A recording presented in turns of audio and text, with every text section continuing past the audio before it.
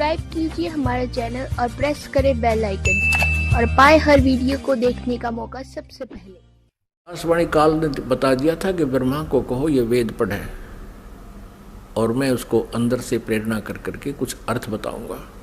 तो ब्रह्मा ने उससे पहले ब्रह्मा और विष्णु और शिव वेद पढ़ने से पहले तीनों दुर्गा से पूछा करते थे कि माता हमारा पिता कौन है। दुर्गा को काल ने मना कर दिया था कि तुम मेरा भेद नहीं बताओगी। उसी समय ये कह दिया था कि तुम मेरे बारे में किसी को नहीं बताएगी, नहीं तो तेरी खैर नहीं है। अब उस काल के डर से, ज्योति निरंजन क्षर पुरुष के डर से दुर्गा ने सब भेद गुप्त रखा। अपने पुत्रों को बताया, बेटा तुम्हारा कोई पिता नहीं, मैं ही तुम्हारी माता हूँ, मैं ही तुम्हारा पिता हूँ, मैं ही सारी सृष्टि की रचनहार हूँ। तो बच्चों ने मान लिया जैसे माँ बताती है। जब ब्रह्मा जी ने वेदों को पढ़ा उसमें देखा कि सृष्टि रचनहार तो कोई और है, वो परम अक्षर ब्रह्म है। ब्रह्मा ने पूछा, माता ये वेद कैसे मिले हमारे को? दुर्गा ने कहा, ये भगवान ने दिए हैं भाई, ये गॉड गिवन है। अच्छा, तो फिर ब्रह्मा ने कहा, माता वेदों में लिखा है कि परमात्मा साकार है, मनुष्य सदृश है, सह शरीर है, और आप कह रही हो कि तुम्हारा कोई पिता नहीं। वेदों में लिखा है कि उसी ने सब कुछ, सबकी रचना की है, सबका रचनहार है, कुल का मालिक है। तो अब वेद झूठे नहीं हो सकते क्योंकि गॉड गिवन बता रही आप। अब दुर्गा फंस गई। अपना आत्मा कितनी झूठ बोल ले, सच्चाई ऊपर आए बिना रहा नहीं करती। कहते हैं चोर चुरावे तूंबड़ी गाड्डे पानी में, वह गाड्डे वह ऊपर आवे, न सच्चाई छनी नहीं। फिर दुर्गा ने कहा, बेटा बात सुनो, वो निराकार है, वो किसी को दिखाई नहीं देगा, और क्यों व्यर्थ प्रयत्न करते हो, वो निराकार है। अब ब्रह्मा ने कहा, माता अब आपकी बातों पर मुझे अविश्वास हो गया। पहले तो मैं आपकी प्रत्येक बात को सिरोधार्य करता था, सत्य मानता था, लेकिन आज आपकी बात में फर्क पड़ गया।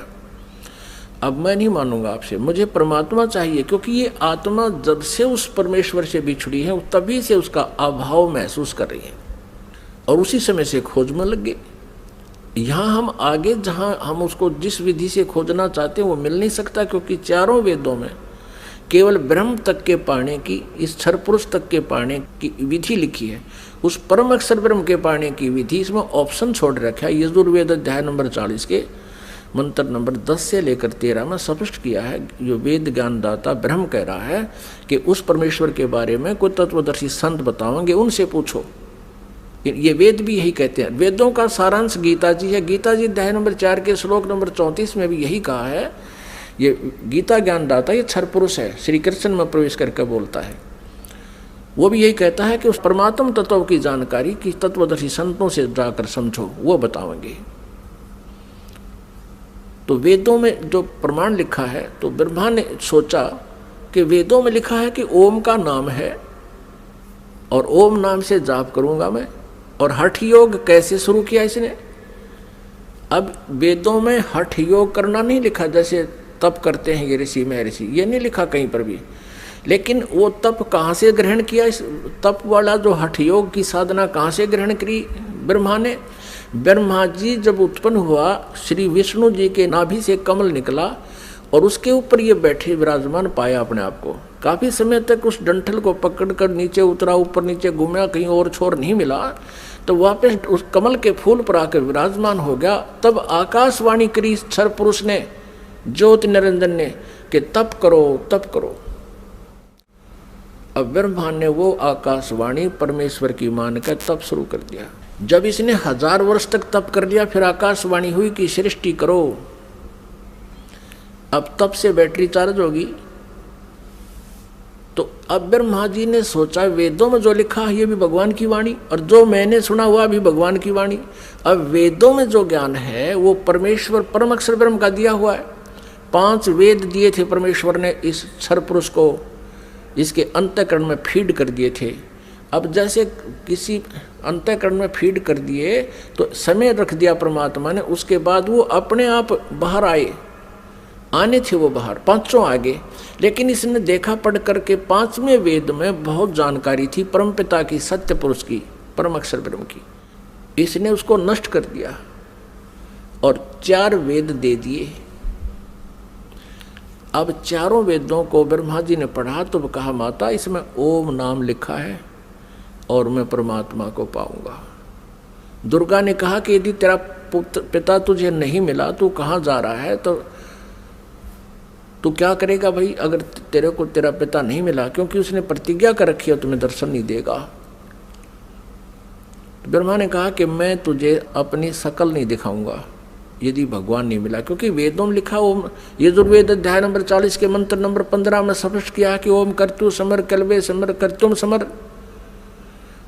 इसलिए ये ओम नाम है क्षर पुरुष का, ब्रह्म तक का, क्षर ब्रह्म का। और परम अक्षर ब्रह्म के बारे में वेदों में ज्ञान नहीं है साधना का, लेकिन उसकी महिमा बहुत लिखी है। 3 वेदों को पढ़ने वालों ने परमात्मा की महिमा तो पूर्ण परमात्मा वाली ग्रहण कर ली और साधना इस ब्रह्म वाली कर ली। जानकारी परम अक्षर ब्रह्म की अधिक है, जिसको परम अक्षर ब्रह्म कहते हैं, सत्य पुरुष भी कहते हैं, लेकिन उसके पाने का मेथड नहीं है, वे ऑफ वर्शिप नहीं है।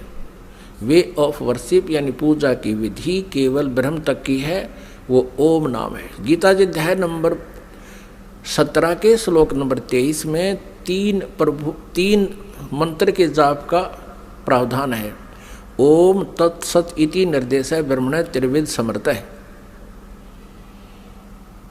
और गीता जी अध्याय नंबर 15 के श्लोक नंबर 1 से 4 में और 16 और 17 में विस्तार से विवरण दिया गया है कि इस संसार रूपी वृक्ष के तना कौन है, जड़ कौन है और शाखा कौन है, डार कौन है, पत्ते क्या हैं। इनको जो जानता है वो तत्वदर्शी संत है। और उसमें 16 और 17 श्लोक में 15वें अध्याय के गीता जी में सरपुरुष, अक्षर पुरुष और परम अक्षर ब्रह्म, यानी उस उत्तम पुरुष है तू अन्य, इन सरपुरुष और अक्षर पुरुष है कोई अन्य है, वो परम अक्षर ब्रह्म है। गीता जी अध्याय नंबर 8 के श्लोक नंबर 1 में अर्जुन ने पूछा कि आप जी ने जो अध्याय नंबर 7 के मंत्र 29 में जिस तत्ब्रह्म के बारे में कहा प्रभु वो किम तत्ब्रह्म, उसका उत्तर गीता ज्ञानदाता ने 8वें अध्याय के 3रे श्लोक में दिया है कि वो परम अक्षर ब्रह्म है और वही सबका सृष्टि रचनहार है। तीनों लोकों में प्रवेश करके सबका धारण पोषण करता है, 15वें अध्याय के 17वें श्लोक में स्पष्ट किया है। तो वो परम अक्षर ब्रह्म है, उसकी जानकारी वेदों में पाने की नहीं है, वो तो तत्वदर्शी संत बताएगा, ये दास बताएगा, परमात्मा ने भेजा है उस इसी उद्देश्य से। वो ना होने से ब्रह्मा जी ने ओम नाम का जाप किया, 4 युग तक समाधि लगा के हठ योग भी किया। तब दुर्गा ने अपने वचन से एक लड़की उत्पन्न की और उससे कहा कि बेटी आप जाओ और ब्रह्मा को जो समाधिस्थ है उसको उठाओ और कहो कि आपको माता याद कर रही है, तेरे बिना सृष्टि नहीं रची जा रही।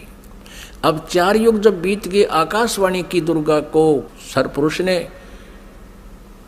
कि दुर्गा सृष्टि रचो।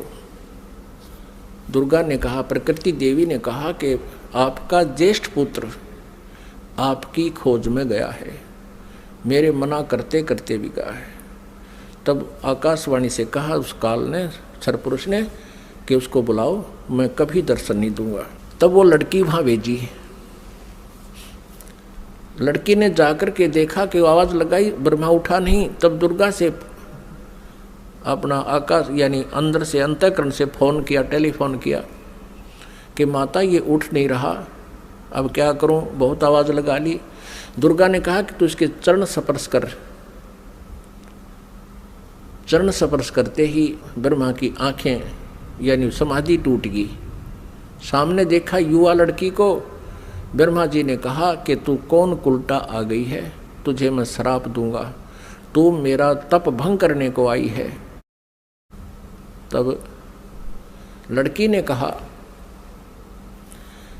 ने कहा मेरे को माता ने भेजा है और आपके बिना सृष्टि रची नहीं जा रही है, बहुत चिंता है माता को, आप चलो।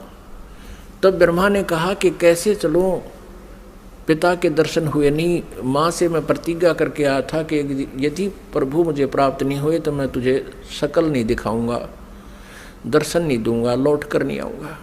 अब कैसे चलो मुझे परमात्मा मिला नहीं। फिर ब्रह्मा ने कहा कि तू एक काम कर, मेरी झूठी गवाही दे दे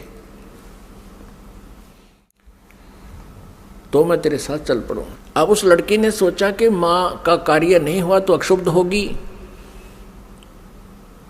और यदि मैं झूठ बोलूंगी तो ये कह दे कि इसने अपनी मर्जी से बोला है, तो फिर मैं मारी जाऊंगी, मेरे ऊपर ज़्यादा भार आएगा। तब उसने शर्त रखी कि तू मेरे साथ विलास कर, तब मैं तेरी झूठी गवाही दूंगी, तू मेरे साथ ऐसा कर। ब्रह्मा ने सोचा कि परमात्मा के दर्शन हुए नहीं, वैसे मैं घर जा नहीं सकता। उसने उस लड़की की बात को स्वीकार किया। फिर लड़की ने अपने वचन से एक और लड़की उत्पन्न की और कहा कि 1 से 2 गवाह ज़्यादा अच्छे होते हैं। उस लड़की से कहा दूसरे नंबर की से कि तू भी गवाही देना कि ब्रह्मा जी को पिता के दर्शन हो गए और हमारे सामने हो गए।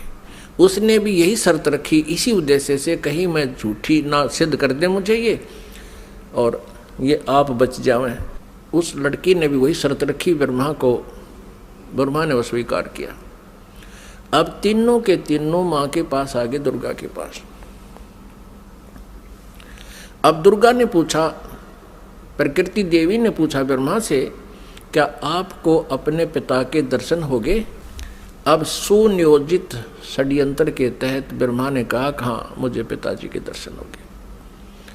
तो दुर्गा ने कहा कि भाई कैसे मानूं मैं तेरी बात को, क्योंकि दुर्गा को तो फाइनल था कि उसने कह रखा कि मैं दर्शन नहीं दूंगा, ये मेरा फाइनल आदेश है, फाइनल फैसला है, डिसीजन है। अब दुर्गा को पूरा दृढ़ विश्वास था कि ऐसा तो हो नहीं सकता। तो उसने कहा कोई गवाह बता भाई, कोई एविडेंस दे। ब्रह्मा ने कहा कि दोनों लड़कियां मेरी गवाह हैं। अब उस दोनों लड़कियों से दुर्गा ने पूछा कि बताओ तुम्हारे सामने इसको दर्शन हुए? हाँ। दोनों ने झूठी गवाही दे दी कि हमारे सामने इसको ब्रह्मा जी को भगवान ने दर्शन दिए हैं, मनुष्य दृश्य है। क्योंकि वेदों में लिखा है, यजुर्वेद अध्याय नंबर 5 के श्लोक नंबर 1 में और 5 के मंत्र नंबर 8 में, तो 8 में तो 3 बार लिखा भगवान के विषय में, और यजुर्वेद अध्याय नंबर 5 के श्लोक नंबर 1 मंत्र में 2 बार लिखा अग्ने तनुरसी विष्णुवे तवा सोमस्य तनुरसी। परमात्मा सहशरीर है। उस परमेश्वर का सबके धारण पोषण करने के लिए उस अमर पुरुष का शरीर है। और ऋग्वेद मंडल नंबर 1 सूक्त नंबर 31 मंत्र नंबर 18 में स्पष्ट किया है कि वो नरवत अग्नि, मनुष्यवत, मनुष्य के समान है वो परमात्मा। तो ब्रह्मा को वेदों से तो पता था कि भगवान मनुष्य जैसा है, उधर से उनको समझा दिया, तुम न्यों बता दियो भगवान मनुष्य जैसा है। अब दुर्गा को सभी ने जब गवाही दे दी तो दुर्गा समंजस में पड़ गई कि मेरे को तो वो कह रहा था मैं दर्शन दूंगा ही नहीं, और इन बच्चों को दर्शन दे दिए। अब दुर्गा अपने मन में दुखी होकर दूर जा बैठी और कहने लगी कि आप तो बहुत झूठे हो। आकाशवाणी अपने इंटरनेट कनेक्शन कर लिया, ऐसे ही कर लेते हैं बातें जब जिनकी भक्ति से जो सिद्धियां प्राप्त हो जाती हैं, दूसरे से दूर देश में बैठकर भी बातें की जा सकती हैं। अब दुर्गा ने कहा कि आप झूठे हो, आप झूठ भी बोलते हो, संभालो अपने काम को, आप ही करो, मुझे कुछ कहते हो, बच्चों को कुछ कहा है।